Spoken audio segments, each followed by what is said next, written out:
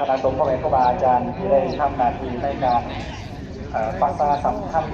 กับนิมนต์ได้เตรียมตัวไว้ขนาดสำหรับพระน้อยต้นยันโยมมาแต่สวรรณเขต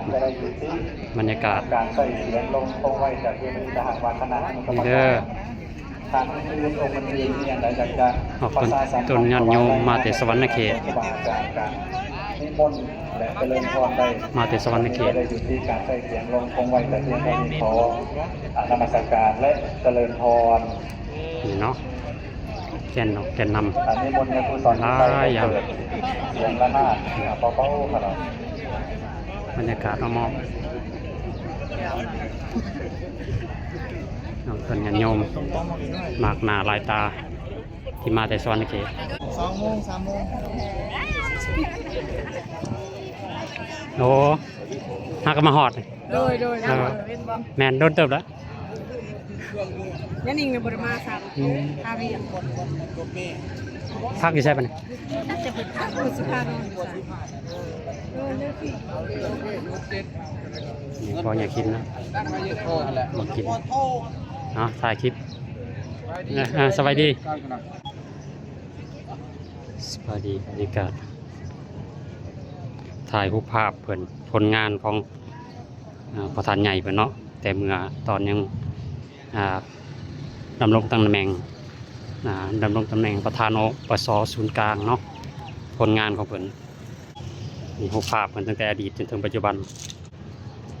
ภาพอดีตจนถึงปัจจุบันรูปภาพเพื่อน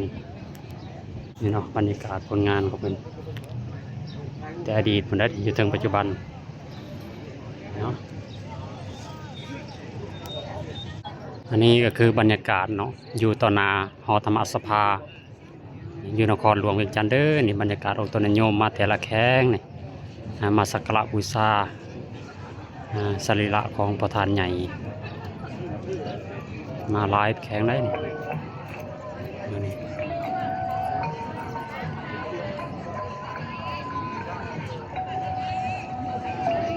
บรรยากาศมอง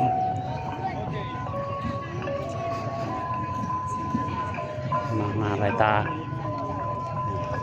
อยู่วัด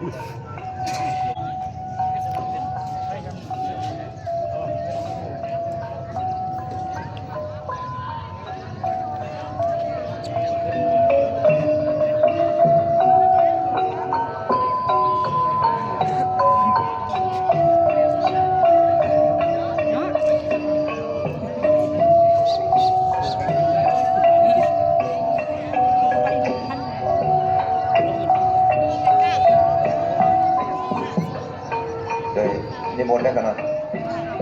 ต้องผมอาจารย์สอนหรืบรรยากาศมองแล้วอาจารย์สอนอาจารย์บุญมาขนาดต้องผมได้ตอนนี้คณะยันโยขึ้นคณะเข้ามาทาง2 แบบจะมาลายตาได้ในการควรเป็นระเบียบยังน้อยนิมนต์ทางคณะประชาสัมพันธ์ต้องผมขนาด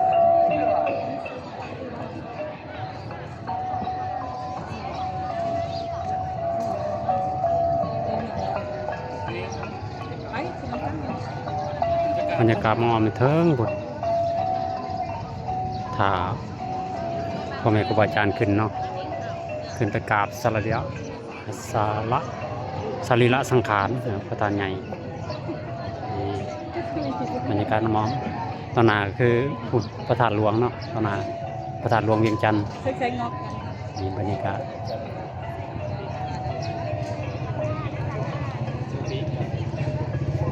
เด้ออมอมในบรรยากาศอมอม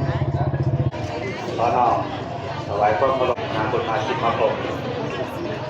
ประธานศูนย์การโครงการพุทธศาสนาสัมพันธ์แห่งสปป.ลาวโดยความเคารพขอน้อมนมัสการพระมหาเถระนุเถระทุกองค์ที่ได้เดินทางเข้ามาสำหรับการศูนย์หรือว่า6 โมงศูนย์ของตอนแรกวันนี้การจะเป็นวาระพิธีศูนย์อภิธรรม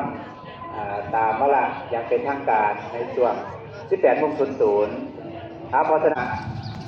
นี่ก็คือภาพผลงานของประธานใหญ่ตอนเพิ่นยังดำรงตำแหน่ง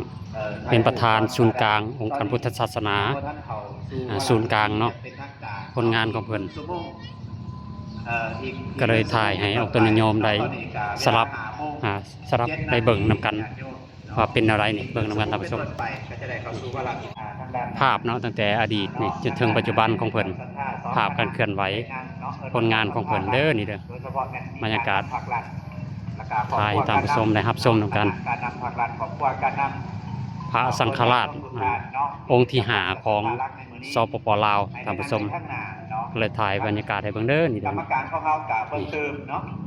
ถ่ายให้ท่านผู้ชมได้เบิ่งนำกันนี่บรรยากาศทางศูนย์กลางในเราศักดิ์ศาสตร์กรมศาสนาที่มารับผิดชอบทับแขก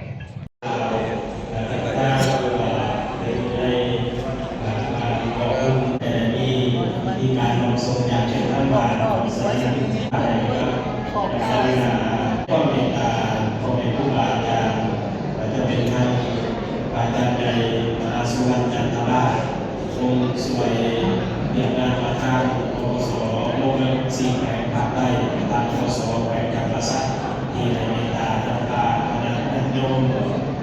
มาลงทุนนะครับพร้อมกับโอสที่สารตาโอสด้วยบุญญาบารมีของประธานใหญ่ประธานสงฆ์เรียกว่าเอาในเคารพสูงสุดคือว่าเป็นประมุขสงฆ์แห่งองค์การพุทธศาสนาสัมพันธ์